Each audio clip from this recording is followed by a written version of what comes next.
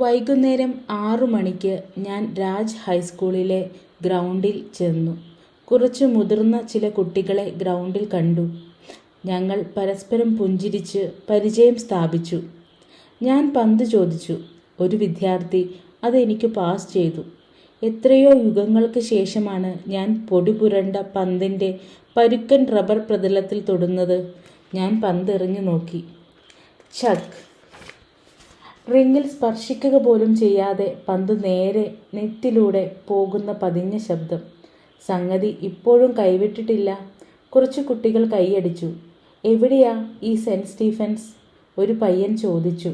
എൻ്റെ college T shirt ശ്രദ്ധയിൽപ്പെട്ടിട്ടാണ്. ഞാൻ ആ പയ്യനെ നോക്കി. എൻ്റെ ഗംഭീരമായ കോളേജിനെക്കുറിച്ച് യാതൊരു പിടിയുമില്ലെന്ന് തോന്നുന്നു. അധികം മുമ്പൊന്നുമല്ല ഞാനും ഇങ്ങനെയായിരുന്നു. ഞാൻ എൻ്റെ കോളേജിനെക്കുറിച്ച് അവന് പറഞ്ഞു കൊടുത്തു. ഇംഗ്ലീഷ് കോളേജാണോ? അവൻ ചോദിച്ചു.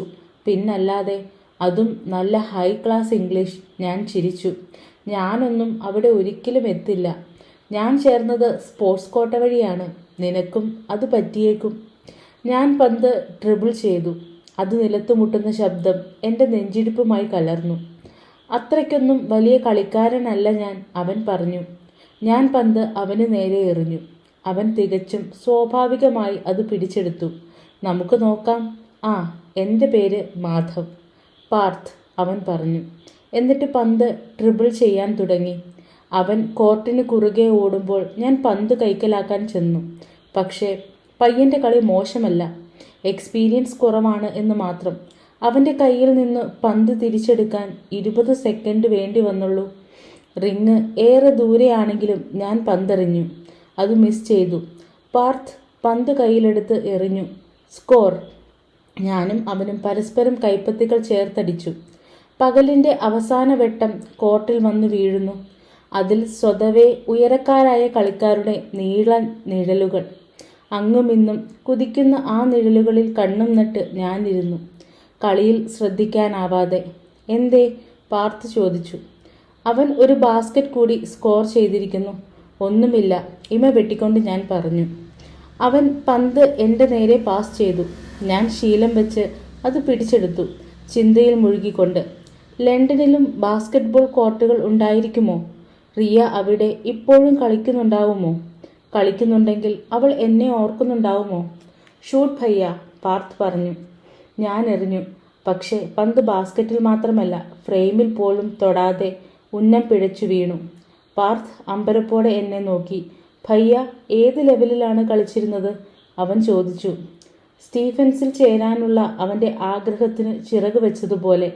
എന്നെപ്പോലൊരു തല്ലിപ്പൊളിക്ക് സ്പോർട്സ് കോട്ടയിൽ കടന്നുകൂടാമെങ്കിൽ അവനും പറ്റും. ഞാൻ അവനെ നോക്കി പുഞ്ചിരിച്ച് വീണ്ടും ഓടിച്ചെന്ന് പന്തെടുത്തു. ഒരേറ് കൂടി. വീണ്ടും മിസ് ചെയ്തു. ഞാൻ പന്ത് പാർത്ഥിന് തന്നെ കൈമാറി. എൻ്റെ കളിയൊക്കെ പോയെന്ന് തോന്നുന്നു, ഞാൻ പറഞ്ഞു. ബാക്കിയുള്ളവരെ കൂട്ടി വിളിക്കട്ടെ, നമുക്കൊരു ഗെയിം കളിക്കാം. ഞാൻ വേണ്ടെന്ന് തലകുലുക്കി. നിങ്ങളുടെ കളി കൂടി ഞാൻ മോശമാക്കും. ഞാൻ കോർട്ടിൽ നിന്ന് ഇറങ്ങിപ്പോന്നു. എന്തിനാ MLA നമ്മളെ കാണണമെന്ന് പറഞ്ഞു വിളിച്ചത്? വല്ല കുഴപ്പവുമാവും, അമ്മ പറഞ്ഞു. പോയി നോക്കാം. എന്തിനാ അമ്മ ഇങ്ങനെ പരിഭ്രമിക്കുന്നത്? ഞാനും അമ്മയും MLA ഓൺഷയുടെ വീടിന് നേരെ നടക്കുകയാണ്. കാശിന് കൊള്ളാത്ത മനുഷ്യൻ, അമ്മ പിറുപിറുത്തു. ഷ് ദാ നമ്മൾ എത്തിക്കഴിഞ്ഞു. ഓൺഷയുടെ ബംഗ്ലാവിൻ്റെ പടി കടന്നുകൊണ്ട് ഞാൻ പറഞ്ഞു. ഷെയ്വ് ചെയ്തു മിനുക്കിയ മുഖവും തിളങ്ങുന്ന വെള്ള കുർത്തയുമായി ഓൺഷ ഞങ്ങളെ കൈകൂപ്പി സ്വീകരിച്ചു. റാണി സാഹിബ, ഇതൊരു ബഹുമതി തന്നെ, അയാൾ വിടർന്ന ചിരിയോടെ പറഞ്ഞു. ഇങ്ങോട്ട് വരണമെന്ന് നിങ്ങൾ ഞങ്ങളോട് കൽപ്പിച്ചതല്ലേ? അനുസരിക്കാതെ തരമില്ലല്ലോ ഓൺഷാജി, അമ്മ പറഞ്ഞു.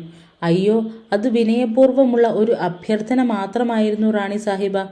ഞങ്ങൾ ഓൺഷയുടെ കൂടെ വിശാലമായ സ്വീകരണ മുറിയിലേക്ക് കയറി. വലിയ സ്വർണ്ണപ്പൂക്കൾ തുന്നിപ്പിടിപ്പിച്ചു വച്ച ചുവന്ന വെൽവെറ്റ് സോഫകളിൽ ഇരുന്നു. അയാളുടെ വീട്ടുമര്യാദയുള്ള ഭാര്യ തലമറച്ച് ഒരു താലത്തിൽ വെള്ളവും ജ്യൂസുമായി വന്നു. അമ്മ താലം കയ്യിൽ വാങ്ങി. ശ്രീമതി ഓൺഷ അമ്മയെ കാലിൽ തൊട്ട് വന്ദിച്ചു. നന്നായി വരട്ടെ കുസും, അമ്മ പറഞ്ഞു. കുസും അടുക്കളയിലേക്ക് തിരിച്ചോടി ഒരു താലത്തിൽ ലഡ്ഡു, കാജു കട്ലി, ഭുജിയ, ബദാം തുടങ്ങിയ വിഭവങ്ങളുമായി എത്തി. ഓ, ഇങ്ങനെ ആചാരങ്ങളൊന്നും വേണ്ടെന്നേ, അമ്മ പറഞ്ഞു. വിടർന്ന ചിരിയോടെ ഓഞ്ച ഞങ്ങൾക്കെതിരെയുള്ള സോഫയിലിരുന്നു. രാജ്കുമാർജി സഹായം തേടി എൻ്റെ അടുത്ത് വന്നിരുന്നു. പക്ഷേ അപ്പോൾ ഞാൻ ഒന്നും ചെയ്യാൻ പറ്റാത്ത അവസ്ഥയിലായിരുന്നു. സാരമില്ല, ഞങ്ങൾക്ക് മനസ്സിലാവും, അമ്മ പറഞ്ഞു. ഞാൻ ഒരു നിർദ്ദേശം വയ്ക്കാം. നിങ്ങൾ എന്നെ സഹായിക്കണം. പകരം സ്കൂളിന് മെച്ചം കിട്ടുകയും ചെയ്യും. നിയമത്തിന് നിരക്കുന്നതാണോ? അമ്മ ചോദിച്ചു. ഓഞ്ച പൊട്ടിച്ചിരിച്ചു. അയാളുടെ കയ്യിലിരുന്ന പ്ലേറ്റ് കുലുങ്ങി. അത്തരം യാതൊരു പ്രശ്നവുമില്ല. സത്യത്തിൽ ഇത് ഡുംബ്രാവിനും സ്കൂളിനും അഭിമാനമുണ്ടാക്കുന്നതാണെന്ന് മനസ്സിലാക്കുക. അമ്മയും ഞാനും കാത്തിരുന്നു. ഓഞ്ച തൻ്റെ പ്ലേറ്റ് താഴെ വെച്ചു. തുറന്നു പറഞ്ഞാൽ ഇത് എനിക്കൊരു വലിയ തലവേദനയാണ്. കുഴങ്ങിപ്പോയതുകൊണ്ടോ നിങ്ങളുടെ സഹായം വേണ്ടി വന്നത്? എന്തു കാര്യം? അമ്മ ചോദിച്ചു. ബിൽഗേറ്റ്സ് എന്ന് കേട്ടിട്ടുണ്ടോ? ഓഞ്ച ചോദിച്ചു. ബിൽഗേറ്റോ? അതെന്താ, വല്ല സ്ഥലവുമാണോ? അമ്മയുടെ സംശയം.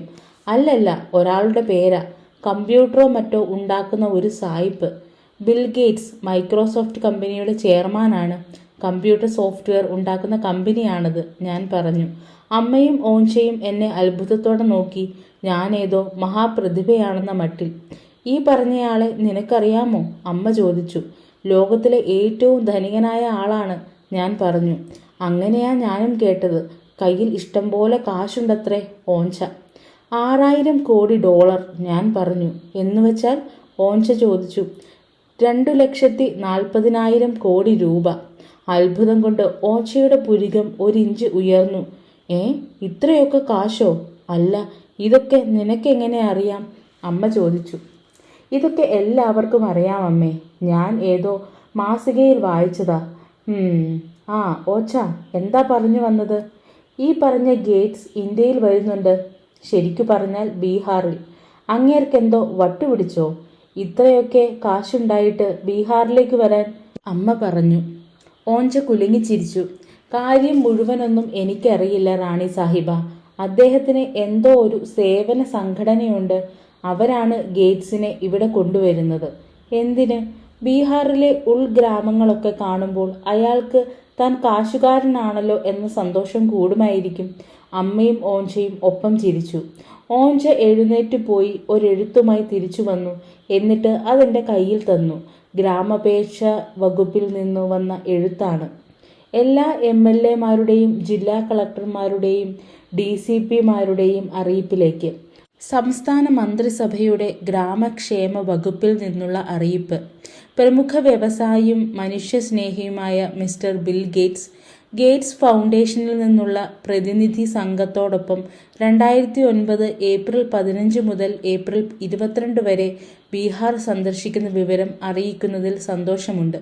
ഈ സംഘത്തിന് എല്ലാവിധ സഹകരണവും സംസ്ഥാന സർക്കാർ നൽകുകയാണ്. ഇതിലേക്കായി നിങ്ങളുടെ എല്ലാം ഓഫീസുകൾ ആവശ്യമുള്ള സഹായങ്ങൾ നൽകണം എന്ന് അഭ്യർത്ഥിക്കുന്നു. ഒരാഴ്ച നീളുന്ന ഈ സന്ദർശനത്തിനിടയിൽ ബിൽ ഗേറ്റ്സിന് സന്ദർശിക്കാൻ പറ്റിയ സ്ഥലങ്ങളും മുഖ്യ അതിഥിയായി പങ്കെടുക്കാൻ പറ്റിയ പരിപാടികളും നിർദ്ദേശിക്കുന്നതിന് സ്വാഗതം ചെയ്യുന്നു. സംശയങ്ങളോ നിർദ്ദേശങ്ങളോ ഉണ്ടെങ്കിൽ ബന്ധപ്പെട്ട ഉദ്യോഗസ്ഥരുമായി സമ്പർക്കം പുലർത്തുമല്ലോ. ഒപ്പ് ഭൻവർലാൽ, ഗ്രാമക്ഷേമ വകുപ്പ് മന്ത്രി, സംസ്ഥാന സർക്കാർ, ബീഹാർ. കടലാസിൻ്റെ മറുവശത്ത് ഈ എഴുത്തിൻ്റെ തന്നെ ഹിന്ദി പരിഭാഷ കൂടിയുണ്ട്. അത് തന്നെത്താൻ വായിച്ചു നോക്കി അമ്മ ചോദിച്ചു. ഇതിലിപ്പോൾ ഞങ്ങൾ എന്ത് സഹായം ചെയ്യാനാണ്? റാണി സാഹിബ, ബിൽ ഗേറ്റ്സ് ഈ നാട് വഴി വന്നാൽ എൻ്റെ മണ്ഡലം വാർത്തയിൽ വരും. അത് ഡുംറാവിന് ഗുണമേ ചെയ്യൂ. നിങ്ങളുടെ പേര് പത്രത്തിൽ വരും. മന്ത്രി നിങ്ങളുടെ പുറത്തു തട്ടി അഭിനന്ദിക്കുകയും ചെയ്യും. കാര്യം അതല്ലേ ഓഞ്ചാജി? അമ്മ വിട്ടുകൊടുത്തില്ല. ഓഞ്ചയുടെ മുഖത്ത് അറിയാതെ ഒരു പുഞ്ചിരി വിരിഞ്ഞു. ശരിയാ, അങ്ങനെയും ഒരു ഗുണം ഉണ്ട്. എന്നാലും നമ്മുടെ നാടിന് ഇതുകൊണ്ട് ഗുണമേ ഉണ്ടാവൂ. ഇതിലെ രാഷ്ട്രീയ കളി അമ്മയ്ക്ക് മനസ്സിലാവുന്നുണ്ടായിരുന്നു. ഓഞ്ചയ്ക്ക് അടുത്ത തിരഞ്ഞെടുപ്പിൽ ഒരു ലോക്സഭാ ടിക്കറ്റ് ഒപ്പിച്ചെടുക്കണം എന്നുണ്ട്. അതിന് ശ്രദ്ധയാകർഷിക്കുന്ന എന്തെങ്കിലുമൊക്കെ ചെയ്തേ പറ്റൂ. കൃത്യമായും ഞങ്ങൾ എന്താണ് ചെയ്യേണ്ടത്? ഞാൻ ചോദിച്ചു. സ്കൂളിൽ ഒരു പരിപാടി സംഘടിപ്പിക്കണം. മുഖ്യ അതിഥിയായി അദ്ദേഹത്തെ ക്ഷണിക്കണം. ഞാൻ വഴി വേണം കേട്ടോ. ബിൽ ഗേറ്റ്സിന് കാര്യപരിപാടിയിൽ നമ്മുടെ സ്കൂൾ കൂടി ഉൾപ്പെടുത്താൻ ഞാൻ സർക്കാർ വകുപ്പിൽ പറയാം. ഏയ് അതൊന്നും വേണ്ട. അമ്മ കൈ ഉയർത്തി വീശി. എന്താ റാണി സാഹിബ, എന്തുപറ്റി? മര്യാദയ്ക്ക് സ്കൂൾ നടത്തിക്കൊണ്ട് പോകാൻ പോലും എനിക്ക് പറ്റുന്നില്ല. ഇങ്ങനെ ഒരു പരിപാടി സംഘടിപ്പിക്കാനുള്ള ശേഷിയൊന്നും ഇപ്പോഴില്ല. ഇതിനുള്ള ചെലവൊക്കെ ആര് വഹിക്കാനാണ്? അതൊക്കെ ഏറ്റു, ഓഞ്ച പറഞ്ഞു. എല്ലാ ചിലവും എൻ്റെ വക. ഏ, താങ്കളുടെ പക്കൽ ഫണ്ടൊന്നുമില്ല എന്നല്ലേ പറഞ്ഞത്? ഞാൻ ഇടയ്ക്കു കയറി. MLA എന്നെ ഇരുത്തിയൊന്ന് നോക്കി. നോക്കൂ, ഞാൻ നിങ്ങളെ സഹായിക്കാനാണ് നോക്കുന്നത്. അതുകൊണ്ട് എനിക്കും സ്വല്പം പ്രയോജനമുണ്ടാവും എന്ന് മാത്രം. ആട്ടെ, നിങ്ങൾ ചടങ്ങിനായി കാശ് ചിലവാക്കുന്നു. ആളുകൾ വരും പോകും. പകരം ഞങ്ങൾക്കെന്ത് കിട്ടും? ഞാൻ ചോദിച്ചു. സ്കൂളിൻ്റെ പേര് എല്ലാ പത്രത്തിലും വരും. ഞങ്ങൾക്ക് വേണ്ടത് പ്രസിദ്ധിയല്ല, മൂത്രപ്പുരകളാണ്. ഒരു ദിവസത്തേക്ക് കുറച്ച് താൽക്കാലിക മൂത്രപ്പുരകൾ ശരിയാക്കി തരാം. അതുതന്നെ കാര്യം. നിങ്ങൾക്ക് ആ ഒരൊറ്റ ദിവസത്തെക്കുറിച്ചേ ചിന്തയുള്ളൂ. അത് കഴിഞ്ഞാൽ ഞങ്ങളുടെ കാര്യം എന്താവും?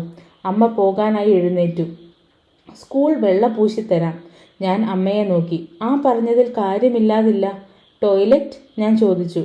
ദാ അവിടെ, ഓഞ്ച വലത്തെ മൂലയ്ക്കുള്ള ഒരു വാതിൽ ചൂണ്ടിക്കാണിച്ചു.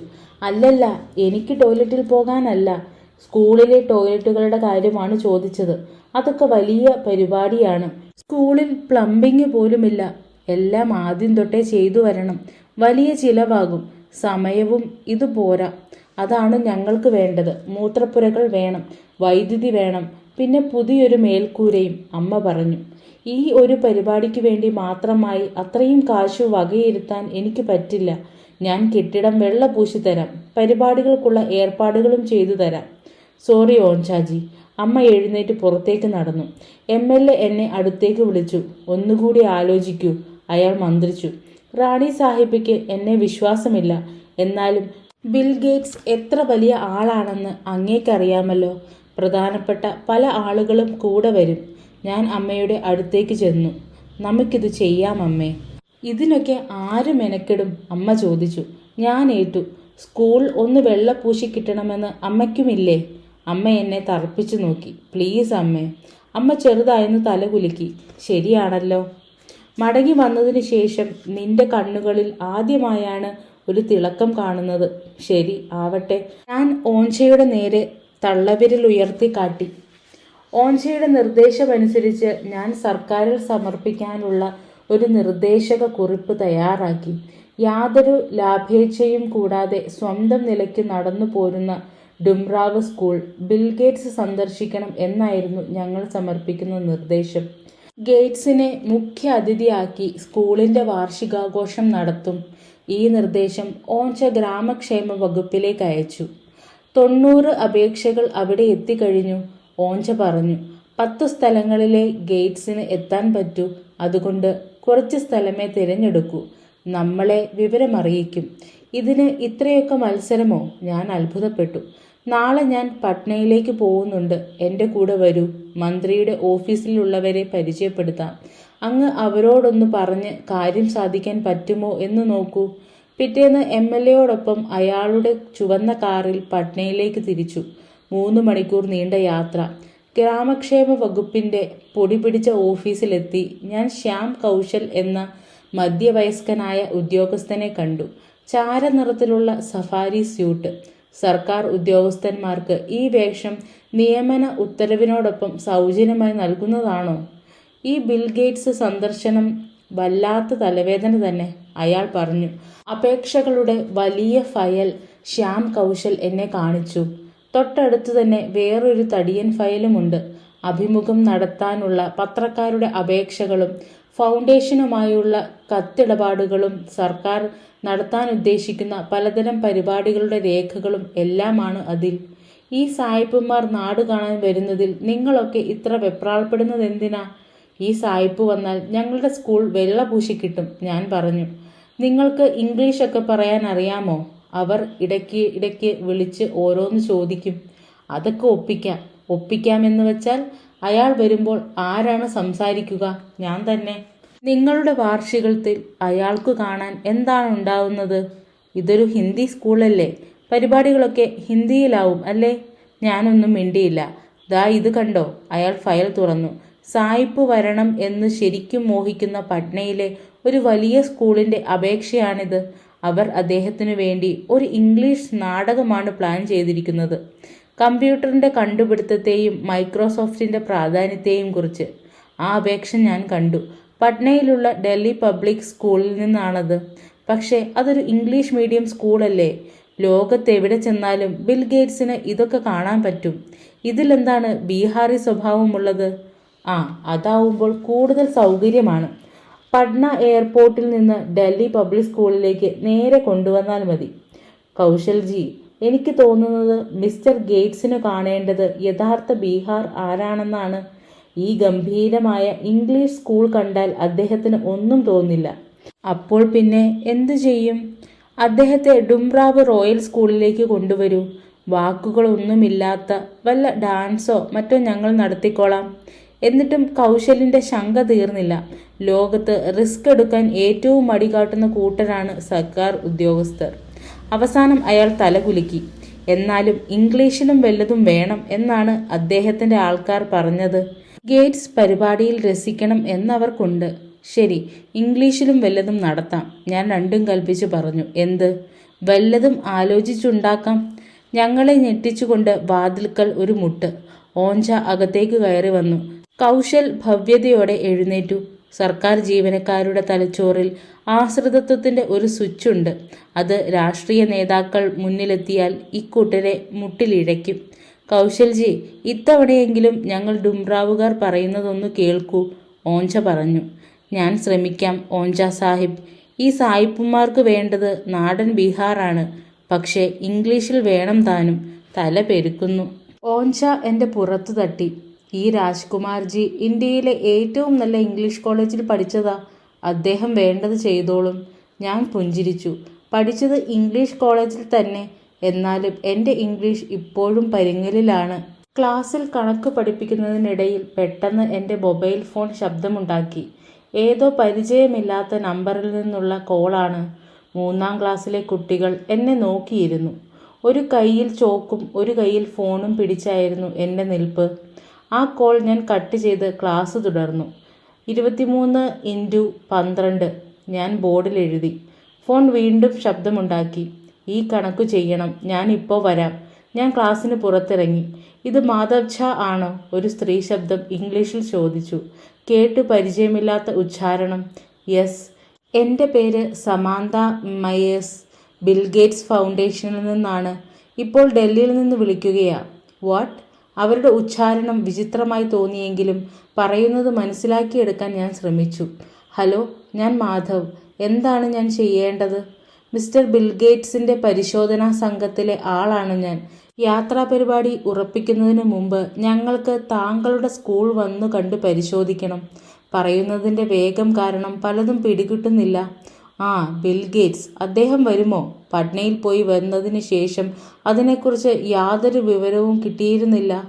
ആദ്യം എനിക്ക് അവിടെ വന്നൊന്ന് കാണണം. ഈ സ്കൂൾ കണ്ടാൽ സമാന്ത എന്തോ പറയാൻ തുടങ്ങി. ആകെ കുഴപ്പമാണ് അല്ലേ? മദാമയെ സ്കൂൾ മുഴുവൻ ചുറ്റി നടന്ന് കാണിക്കുകയായിരുന്നു ഞാൻ. ചുമരിലെ തേച്ച സിമൻ്റൊക്കെ അടർന്നു കിടക്കുകയാണ്. കുട്ടികൾ ഗുണകോഷ്ടം ഉരുവിടുന്ന കോലാഹലത്തിൽ ഞങ്ങൾ പറയുന്നത് മുങ്ങിപ്പോകുന്നു. ജനാലകളിലൂടെ കുട്ടികൾ എത്തി നോക്കി. സ്വർണ്ണ തലമുടിയും വെള്ളത്തൊലിയുമുള്ള വിചിത്ര രൂപിയെ തുറിച്ചു നോക്കുകയാണ് എല്ലാവരും. അല്ലല്ല, ഞാൻ പറയാൻ വന്നത് ഇവിടം ആകെ വിചിത്രമായി തോന്നുന്നു എന്നാണ്. ആകപ്പാടെ രസമുള്ള സ്ഥലം. ചോർന്നൊലിക്കുന്ന മേൽക്കൂരയും പൊളിഞ്ഞ ഡെസ്കുകളുമുള്ള സ്കൂളിൽ എന്താണാവോ ഇത്ര രസം? എനിക്ക് മനസ്സിലായില്ല. ഈ വെള്ളക്കാരുടെ ആലോചന തന്നെ വേറെ വഴിയിലേക്കാണെന്ന് തോന്നുന്നു. ഞങ്ങൾ സ്റ്റാഫ് റൂമിലെത്തി. അമ്മയെയും മറ്റ് അധ്യാപകരെയും സാമന്ത അഭിവാദ്യം ചെയ്തു. താരാചന്ദ്ജി 2 കപ്പ് ചായയുമായി എത്തി. ഈർപ്പം പിടിച്ച ചുമരുകൾ സാമന്തയുടെ ശ്രദ്ധയിൽപ്പെട്ടു. ഇതൊക്കെ വൈറ്റ് വാഷ് ചെയ്യും. ഇവിടുത്തെ അധികാരികൾ ഉറപ്പു തന്നിട്ടുണ്ട്, ഞാൻ പറഞ്ഞു. ഓ, അത് നന്നായി. നമുക്ക് പുറത്തിരുന്നാലോ? കുറച്ച് വെയിൽ കൊള്ളാൻ തോന്നുന്നു, സാമന്ത പറഞ്ഞു. ഞങ്ങൾ ഓരോ കസേരയും എടുത്ത് സ്കൂളിന് മുന്നിലെ പാടത്തു ചെന്നിരുന്നു. ഫെബ്രുവരിയിലെ ചൂടുള്ള വെയിലിൽ സാമന്തയുടെ സ്വർണ്ണമുടി കൂടുതൽ വെട്ടിത്തിളങ്ങി. ശരിക്കും സുന്ദരി തന്നെ. എന്തിനാണാവോ ഇവർ സ്വന്തം നാട്ടിലെ സുഖസൗകര്യങ്ങൾ വിട്ട് ഇന്ത്യയിലെ പൊടി നിറഞ്ഞ ഗ്രാമങ്ങളിൽ അലഞ്ഞു നടക്കുന്നത്? മനോഹരം. കാറ്റത്ത് നൃത്തം വയ്ക്കുന്ന നെൽക്കതിരുകളിൽ നോക്കിക്കൊണ്ട് സാമന്ത പറഞ്ഞു. മിസ്റ്റർ ഗേറ്റ്സിന് ഇത് ഇഷ്ടമാവുമോ? നമുക്ക് വേണമെങ്കിൽ വാർഷികാഘോഷം ഈ പാടത്തു നടത്താം. തീർച്ചയായും. ഞങ്ങളുടെ കയ്യിൽ കാശ് ഇത്തിരി കുറവാണ്. എന്നാലും പരിപാടി നന്നാക്കാൻ ആവുന്നതൊക്കെ ചെയ്യാം. ശരി, വലിയ ആൾക്കാരൊക്കെ വരുന്നതാണ്. ടോയ്ലറ്റ് സൗകര്യമൊക്കെ വേണ്ടത്രയുണ്ടല്ലോ അല്ലേ? ഞാനൊന്ന് പരുങ്ങി. എന്തു പറയണം? ഈ തരത്തിൽ പറഞ്ഞാൽ ടോയ്ലറ്റായി ഉപയോഗിക്കാൻ ഈ പാടം മുഴുവനുമുണ്ട്. വെസ്റ്റേൺ സ്റ്റൈൽ ടോയ്ലറ്റ് വേണം. സമാന്ത ചിരിച്ചുകൊണ്ട് തുടർന്നു. സംഘത്തിലുള്ള മിക്കവരും അമേരിക്കയിൽ നിന്നാണ്. തൽക്കാലത്തേക്കുള്ള സൗകര്യം ശരിയാക്കാം, ഞാൻ പറഞ്ഞു. അയ്യോ, അപ്പോൾ സ്കൂളിൽ അതൊന്നുമില്ലേ? ഞാൻ സാമന്തയെ നോക്കി. അവരുടെ മുഖത്ത് പുച്ഛമല്ല, കൗതുകമാണ്. സത്യം തുറന്നു പറഞ്ഞേക്കാം, കാശൊന്നുമില്ലാതെ നടത്തിക്കൊണ്ടു പോകുന്ന സ്കൂളാണിത്. വേണ്ട പലതും ചെയ്യാൻ കഴിയുന്നില്ല. ഇപ്പോൾ ഇതൊക്കെ ചെയ്യുന്നത് തന്നെ സർക്കാരിൻ്റെ വല്ല സഹായവും കിട്ടുമോ എന്ന പ്രതീക്ഷയിലാണ്. സാമന്ത നെറ്റി ചുളിച്ചു. എന്നാലും പരിപാടി ഞങ്ങൾ നന്നാക്കും. ഇവിടുത്തെ MLA-യുടെ സഹായവുമുണ്ട്. അതൊക്കെ ശരിയാവുമെന്നേ. കാശിന് ബുദ്ധിമുട്ടുണ്ട് എന്ന് പറഞ്ഞല്ലോ. ഞങ്ങൾക്ക് ധനസഹായം നൽകുന്ന ഒരു പദ്ധതിയുണ്ട്. അതിലേക്ക് പരിഗണിക്കാൻ ആഗ്രഹമുണ്ടോ? അതെന്ത് പദ്ധതിയാ? സമൂഹത്തിന് ക്ഷേമം ചെയ്യുന്ന പ്രവർത്തനങ്ങൾക്ക് ഞങ്ങളുടെ ഫൗണ്ടേഷൻ ധനസഹായം അനുവദിക്കാറുണ്ട്. മിസ്റ്റർ ഗേറ്റ്സിന് കാഴ്ച കാണാനുള്ള ഒരു സ്ഥലം എന്ന നിലയ്ക്കാണ് ഈ സ്കൂൾ തിരഞ്ഞെടുക്കുന്നത്. എന്നാൽ നിങ്ങൾ ചെയ്യുന്നതും സമൂഹ സേവനം തന്നെയാണല്ലോ. ഞങ്ങളെ സംബന്ധിച്ചിടത്തോളം ഇതൊരു സേവനം തന്നെയാണ്. എൻ്റെ അമ്മ ജീവിതം തന്നെ ഈ സ്കൂളിനായി സമർപ്പിച്ചതാണ്. ഞാൻ തന്നെ നല്ല ജോലികൾ വേണ്ടെന്ന് വെച്ചിട്ടാണ് ഇവിടെ വന്നത്. ഗ്രേറ്റ്. ഈ കാര്യവും പ്രത്യേകമായി സൂചിപ്പിക്കാവുന്നതാണ്. എന്നുവെച്ചാൽ ധനസഹായം കിട്ടാൻ വലിയ മത്സരമാണ്. അപേക്ഷകൾ ധാരാളം വരും. കുറച്ചു പേർക്ക് സഹായം നൽകൂ. ഞാൻ എന്താണ് ചെയ്യേണ്ടത്? ചെയ്യാനുള്ള കാര്യങ്ങളെല്ലാം എഴുതി തയ്യാറാക്കി സെലക്ഷൻ പാനലിന് മുന്നിൽ അവതരിപ്പിക്കണം എന്നാണ്. പക്ഷേ ഒരു പ്രശ്നമുണ്ട്. അടുത്തൊന്നും ഈ പാനലിൻ്റെ മീറ്റിംഗ് നടക്കാനിടയില്ല. അപ്പോൾ പിന്നെ? സാമന്ത ആലോചനയിലാണ്ടു. ഞാൻ ഒരു നിർദ്ദേശം പറയാം. ഇവിടെ വരുന്ന സംഘത്തിനു മുന്നിൽ നല്ലൊരു പ്രസംഗം നടത്തണം. മിസ്റ്റർ ഗേറ്റ്സ് നേരിട്ടു തന്നെ സ്ഥലത്തുണ്ടാവും. അദ്ദേഹത്തിനും സംഘത്തിനും താങ്കൾ പറയുന്ന കാര്യങ്ങൾ ബോധ്യപ്പെട്ടാൽ അപ്പോൾ തന്നെ വല്ല സഹായവും പ്രഖ്യാപിച്ചേക്കാം. സത്യമാണോ? പ്രചോദനകരമായ വല്ലതും താങ്കൾക്ക് പറയാൻ കഴിഞ്ഞാൽ, അത് ആത്മാർത്ഥമാണ് എന്ന് ബോധ്യപ്പെടുത്താൻ സാധിച്ചാൽ ചെറിയൊരു ധനസഹായം ശരിപ്പെട്ടേക്കാം. ചെറിയ ധനസഹായം എന്ന് വെച്ചാൽ $20,000 എന്ന് വെച്ചോളൂ. ചിലപ്പോൾ അതിലും കൂടാം. പക്ഷെ ഞാൻ പറയുന്നത് പോലെ സംഗതി നടന്നില്ലെന്നും വരാം. ഞാൻ അറിയാതെ ദീർഘശ്വാസം വിട്ടുപോയി. 8 ലക്ഷം രൂപ കയ്യിൽ വന്നാൽ സ്കൂൾ ആകെ മാറ്റിയെടുക്കാം. പ്രസംഗമല്ലേ, ഞാൻ പറഞ്ഞു. വല്ലാതെ ജാട കാട്ടുന്ന കവലപ്രസംഗമൊന്നും വേണ്ട. പറയുന്നത് ഹൃദയത്തിൽ നിന്ന് വരുന്ന പോലെ തോന്നിയാൽ മതി. 5-10 മിനിറ്റ് ഇംഗ്ലീഷിൽ തന്നെ വേണം. എന്ത്? ഞാൻ കസേരയിൽ നിന്ന് ചാടി എഴുന്നേറ്റു. ഞെട്ടിപ്പോയ സാമന്തയുടെ കപ്പിൽ നിന്ന് ചായ തുളുമ്പിപ്പോയി. അയ്യോ, എന്തുപറ്റി? സാമന്ത ചോദിച്ചു. ഞാൻ വീണ്ടും ഇരുന്നു. ഇംഗ്ലീഷിൽ പ്രസംഗിക്കാനോ? അതിനെന്താ, നമ്മളിപ്പോൾ ഇംഗ്ലീഷിലാണല്ലോ സംസാരിക്കുന്നത്. അതിങ്ങനെ കഷ്ടിമുഷ്ടി സംസാരിക്കുന്നു, ഒപ്പിക്കുന്നു എന്നേ ഉള്ളൂ. അമേരിക്കയിൽ നിന്നുള്ള ഒരു സംഘത്തിന് കേൾക്കാൻ വേണ്ടി ഒരു സദസ്സിന് മുന്നിൽ നിന്ന് ഇംഗ്ലീഷിൽ പ്രസംഗിക്കാനോ? എനിക്ക് പറ്റില്ല. നിവൃത്തിയില്ലെങ്കിൽ തർജ്ജമക്കാരനെ വച്ചാലും മതി. പക്ഷേ അതുകൊണ്ട് ശരിക്കുള്ള ഫലം കിട്ടില്ല. ഞങ്ങൾ ചായ കുടിച്ചു തീർത്തു. സാമന്ത ഡ്രൈവറെ വിളിച്ചു. കുട്ടികൾ ജനാലകളിലൂടെ തുറിച്ചു നോക്കിക്കൊണ്ടിരിക്കുകയാണ്. വെളുത്ത ഇന്നോവ കാറിൽ വന്നിറങ്ങിയ വെള്ളക്കാരി രാജകുമാരിയെ. എൻ്റെ ഇംഗ്ലീഷ് മഹാമോശമാണ്. നിങ്ങൾ തന്നെ തീരുമാനിച്ചോളൂ, കാറിൽ കയറിക്കൊണ്ട് സാമന്ത പറഞ്ഞു. Driver car സ്റ്റാർട്ടാക്കി. ഞാൻ സാമന്തയുടെ കണ്ണിൽ തന്നെ നോക്കി നിന്നു. ഞാനത് ചെയ്യും. ഇംഗ്ലീഷിൽ തന്നെ പ്രസംഗിക്കും. കാറിൻ്റെ എൻജിൻ ശബ്ദത്തേക്കാൾ ഉച്ചത്തിലാണ് എൻ്റെ നെഞ്ചിടിപ്പ് എന്നെനിക്ക് തോന്നി. കൊള്ളാം, അപ്പോൾ ഏപ്രിലിൽ കാണാം. സാമന്തയുടെ കാർ മുന്നോട്ട് നീങ്ങി. ഞാൻ അപ്പോഴും അമ്പരന്ന് നിൽക്കുകയായിരുന്നു. ലോകത്തിലെ ഏറ്റവും വലിയ സമ്പന്നൻ്റെ മുന്നിൽ പ്രസംഗിക്കാമെന്നേറ്റത് എന്തു ധൈര്യത്തിലാണ്! പ്രസംഗമോ? ഇംഗ്ലീഷിലോ? അതും വെള്ളക്കാരുടെ മുന്നിൽ? എന്താ മോനെ, വട്ടുപിടിച്ചോ? അമ്മ ചോദിച്ചു. അതെ, ഈ സ്കൂളിൻ്റെ അവസ്ഥ കാണുമ്പോൾ ശരിക്കും വട്ടുപിടിക്കുന്നുണ്ട്. അമ്മ പൊളിഞ്ഞു തുടങ്ങിയ കസേരയിൽ നിവർന്നിരുന്ന് പുരികമുയർത്തി. കൈമുട്ടുകൾ മേശപ്പുറത്തൂന്നി വിരലുകൾ കോർത്തു പിടിച്ചാണ് ഇരിപ്പ്. എന്തെങ്കിലും ആവട്ടെ, ഇതാണ് എൻ്റെ സ്കൂൾ. ഇഷ്ടമില്ലെങ്കിൽ സ്ഥലം വിട്ടോ. ഇങ്ങനെ നാടകമൊന്നും വേണ്ട അമ്മേ. എനിക്കും ഇത് ഇഷ്ടമാണ്. അതുകൊണ്ടല്ലേ ഇതൊക്കെ ചെയ്യുന്നത്. ഒന്നാമതായി ഈ ബിൽ ഗേറ്റ്സ് ആരാണെന്നോ അയാൾ ഇത്രയേറെ പണം എങ്ങനെ ഉണ്ടാക്കിയെന്നോ എനിക്ക് യാതൊരു പിടിയുമില്ല. പിന്നെ അയാളതാ എൻ്റെ സ്കൂളിൽ വരുന്നു. ഇനിയിപ്പോൾ നീ ഒരു പ്രസംഗവും ചെയ്യണമത്രേ. അയാൾ സോഫ്റ്റ്വെയർ ഉണ്ടാക്കുന്ന ആളാണ്. സോഫ്റ്റ്വെയറോ എന്ന് വെച്ചാൽ സോഫ്റ്റായ വസ്ത്രമാണോ? അതുകൊണ്ട് ഇത്രയൊക്കെ പണമുണ്ടാക്കാൻ പറ്റുമോ? അതല്ല, കമ്പ്യൂട്ടർ സോഫ്റ്റ്വെയർ, വിൻഡോസും മറ്റും. വിൻഡോസ്. ഈ ഗേറ്റ്സ് എന്താ ഫർണിച്ചർക്കാരനാണോ? അമ്മ അത് വിട്ടേക്കൂ. എനിക്ക് ഇംഗ്ലീഷ് പ്രസംഗം പറഞ്ഞു പഠിക്കണം. പറഞ്ഞൊപ്പിക്കാൻ പറ്റിയാൽ മതി. അമ്മ കുട്ടികളുടെ കുറേ നോട്ട് പുസ്തകങ്ങൾ അടുത്തേക്ക് നീക്കി വെച്ചു. എന്നിട്ട് അവയിൽ ഒരെണ്ണം തുറന്ന് തിരുത്താൻ തുടങ്ങി. എനിക്ക് അമ്മയുടെ സഹായം വേണം. അമ്മ തലയുയർത്തി. എങ്ങനെ സഹായിക്കാനാ? എനിക്ക് ഇംഗ്ലീഷ് പറയാനൊന്നും അറിയില്ല. കേട്ടാൽ മനസ്സിലാവാൻ തന്നെ വിഷമം. ഞാൻ പറയുന്നത് കേട്ടാൽ കുഴപ്പം തോന്നുന്നുണ്ടോ എന്ന് നോക്കൂ. ഞാൻ നിവർന്നു നിന്ന് എന്നിട്ട് കയ്യിൽ മൈക്ക് ഉണ്ടെന്ന് സങ്കല്പിച്ചു. നീ പറയുന്നത് ശരിയാണോ എന്ന് എനിക്കെങ്ങനെ മനസ്സിലാകും? അമ്മ ചോദിച്ചു. അമ്മ സദസ്സിൽ ഇരിക്കുകയാണെന്ന് സങ്കല്പിച്ചാൽ മതി. ഞാൻ പറയുന്നതിൽ ആത്മവിശ്വാസം തോന്നുന്നുണ്ടോ എന്ന് നോക്കണം. അമ്മ ഇളകി ചിരിച്ചു. ഞാൻ പ്രസംഗം തുടങ്ങി. അന്നൊന്നും എനിക്ക് ഇംഗ്ലീഷ് ശരിക്കും അറിയില്ലാത്തതുകൊണ്ട് പറയുന്ന വാചകങ്ങൾ മുഴുവൻ അബദ്ധമായിരുന്നു. Good morning mister bill Gates, miss Samantha, മറ്റ് അതിഥികളെ. ഞാൻ മാധവ് നിങ്ങളേവരെയും ബീഹാറിലേക്ക് സ്വാഗതം ചെയ്യുന്നു. എൻ്റെ സ്കൂൾ നല്ലവണ്ണം പഠിപ്പിക്കുന്നുണ്ട്. കൃഷിക്കാരുടെ കുട്ടികളെ, പാവപ്പെട്ട കുട്ടികളെ, ചെറിയ കുട്ടികളെ.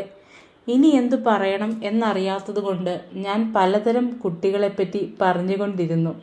ഞാൻ തുടർന്നു. ആൺകുട്ടികൾ, പെൺകുട്ടികൾ, പിന്നെ കുറേ കുട്ടികൾ. അമ്മ ചിരിച്ചുപോയി. എന്തു പറ്റി? ഈ കുട്ടികളൊക്കെ ആരാ? ഞാൻ തല ചൊറിഞ്ഞു. എന്തായാലും ഞാൻ തുടർന്നു.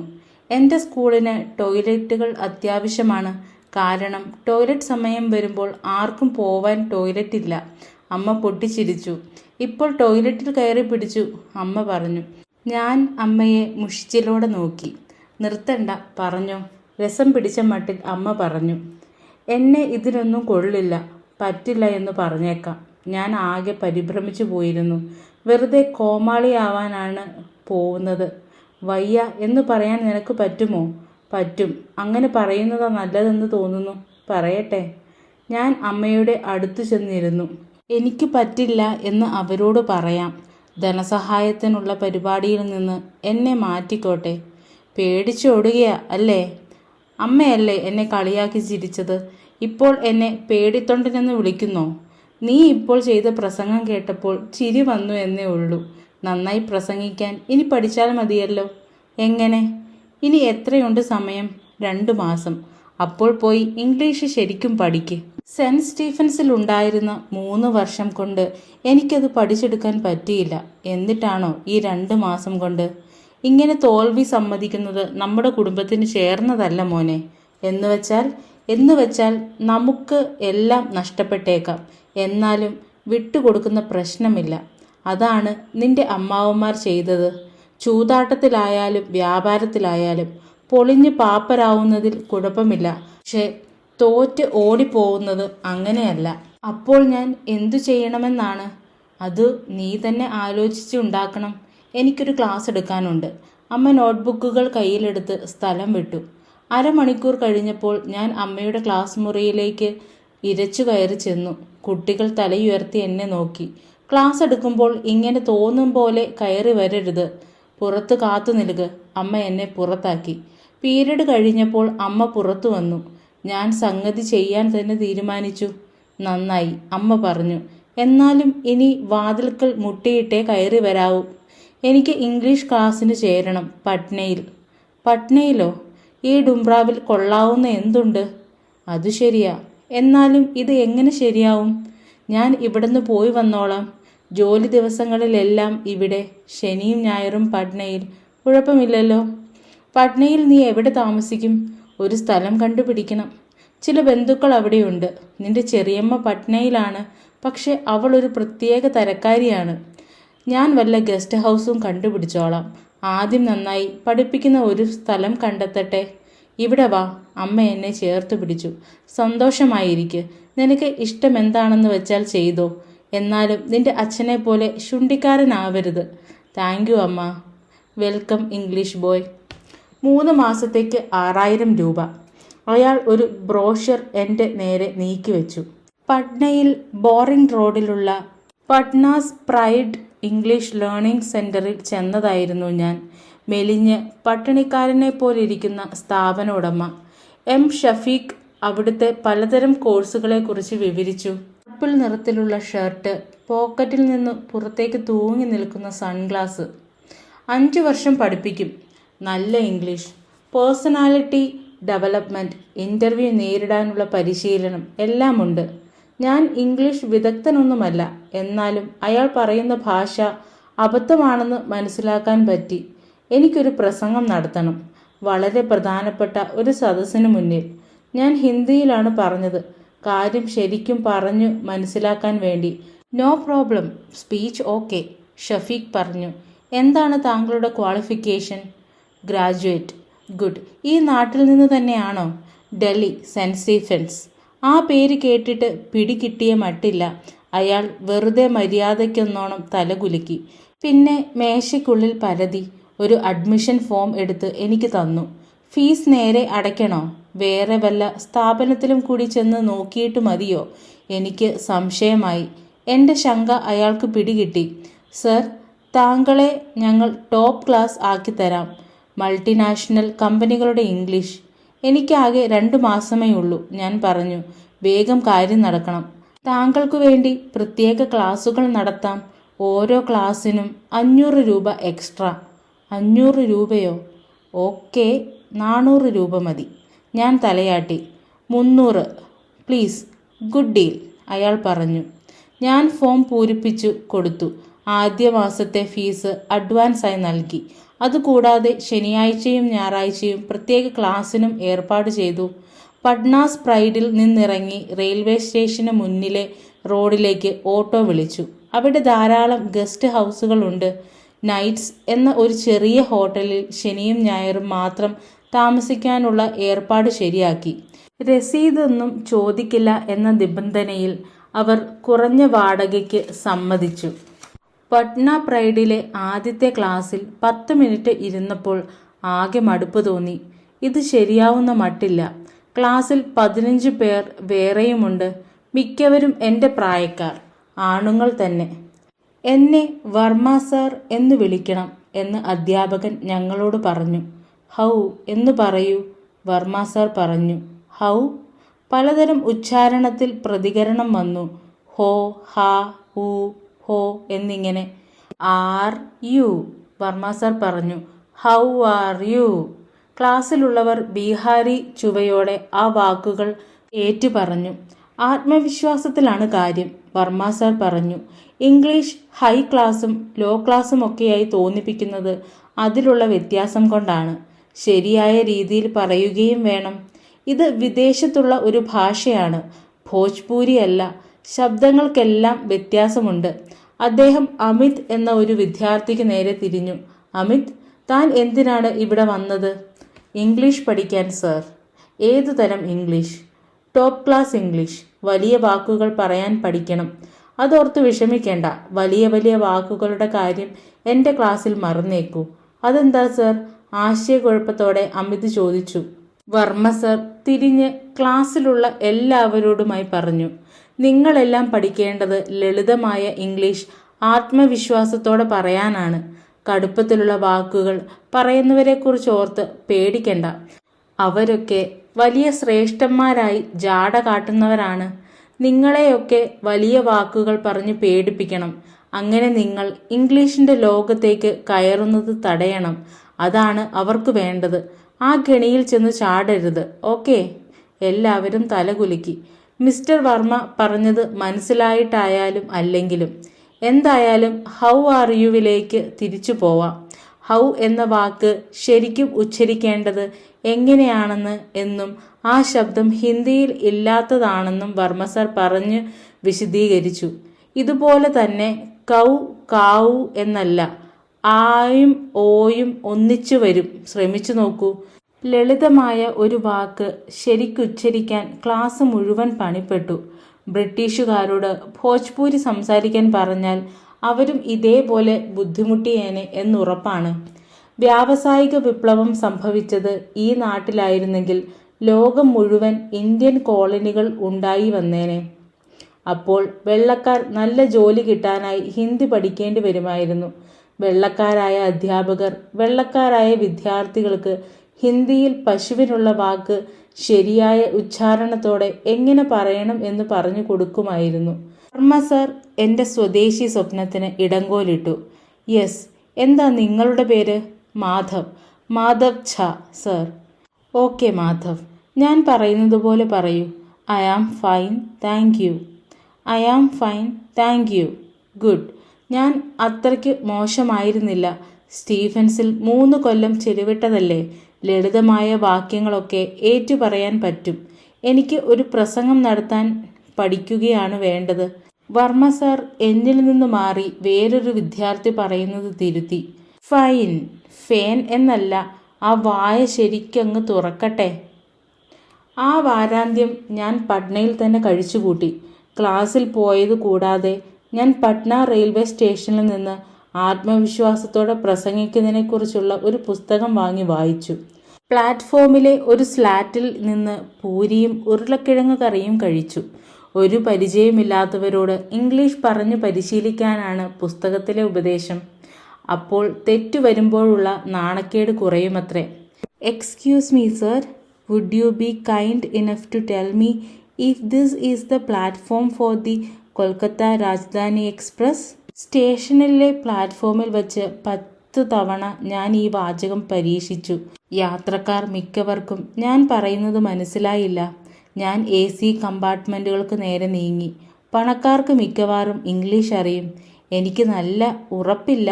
TCയോട് പോയി ചോദിക്കൂ, ഒരു കന്നഡക്കാരൻ പറഞ്ഞു. ഞാൻ പറഞ്ഞ ഇംഗ്ലീഷ് ശരിയായോ? ഞാൻ ചോദിച്ചു. അയാൾ അത്ഭുതത്തോടെ എന്നെ നോക്കി. ഇംഗ്ലീഷ് പറഞ്ഞു പഠിക്കാനുള്ള പരിശ്രമത്തെക്കുറിച്ച് ഞാൻ പറഞ്ഞു കേൾപ്പിച്ചു. അയാൾ എൻ്റെ പുറത്തു തട്ടി. നിങ്ങൾ പറയുന്നതിൽ ഒരു കുഴപ്പവുമില്ല. ഞാൻ ശ്രമിക്കുകയാണ്. താങ്കളുടെ ഇംഗ്ലീഷ് എത്ര നല്ലതാണ്. എന്തു ചെയ്യുന്നു? ഞാൻ സോഫ്റ്റ്വെയർ സെയിൽസിലാണ്. പേര് സുധീർ. ഞാൻ കൈ നീട്ടി. ഞാൻ Madhav. All the best Madhav, അയാൾ പറഞ്ഞു. പട്നാസ് പ്രൈഡിലെ പ്രത്യേക ക്ലാസുകൾ കൂടുതൽ മെച്ചമായി തോന്നി. എൻ്റെ അവസ്ഥ ഞാൻ വർമ്മ സാറിന് വിശദീകരിച്ചു കൊടുത്തു. I C. അദ്ദേഹം മുഖത്തെ കുറ്റിരോപങ്ങളിൽ തടവിക്കൊണ്ട് പറഞ്ഞു. നിങ്ങൾക്ക് ഇംഗ്ലീഷ് പഠിച്ചാൽ മാത്രം പോരാ, ഒരു പ്രസംഗവും നടത്തണം. അതെ സർ, എനിക്കാകെ പരിഭ്രമമാവുന്നു. പക്ഷെ നിങ്ങൾക്ക് ഇംഗ്ലീഷ് കുറച്ചൊക്കെ അറിയാമല്ലോ. ഇംഗ്ലീഷ് മീഡിയത്തിലാണ് ബിരുദമെടുത്തത് അല്ലേ? വെറും ഇംഗ്ലീഷ് മീഡിയത്തിലല്ല. ഞാൻ ബിരുദമെടുത്തത് പുല്ലുപോലും ഇംഗ്ലീഷിൽ മുളയ്ക്കുന്ന ഒരു സ്ഥാപനത്തിൽ നിന്നാണ് എന്ന് പറയണമെന്ന് തോന്നി. കാര്യം വിശദീകരിക്കാൻ ഞാൻ ഹിന്ദിയിലേക്ക് മാറി. സർ, എനിക്ക് ഇംഗ്ലീഷിൽ വാചകങ്ങൾ ഒപ്പിച്ചു പറയാൻ സാധിക്കും. പക്ഷേ പണിപ്പെടുത്തുന്നത് മുഴുവൻ ശരിയായ വാക്ക് ഓർത്തെടുത്താണ്. പറയാനുള്ള കാര്യത്തെക്കുറിച്ച് ആലോചിക്കാനേ കഴിയുന്നില്ല. എനിക്ക് മനസ്സിലാവുന്നുണ്ട്, വർമ്മ സാർ പറഞ്ഞു.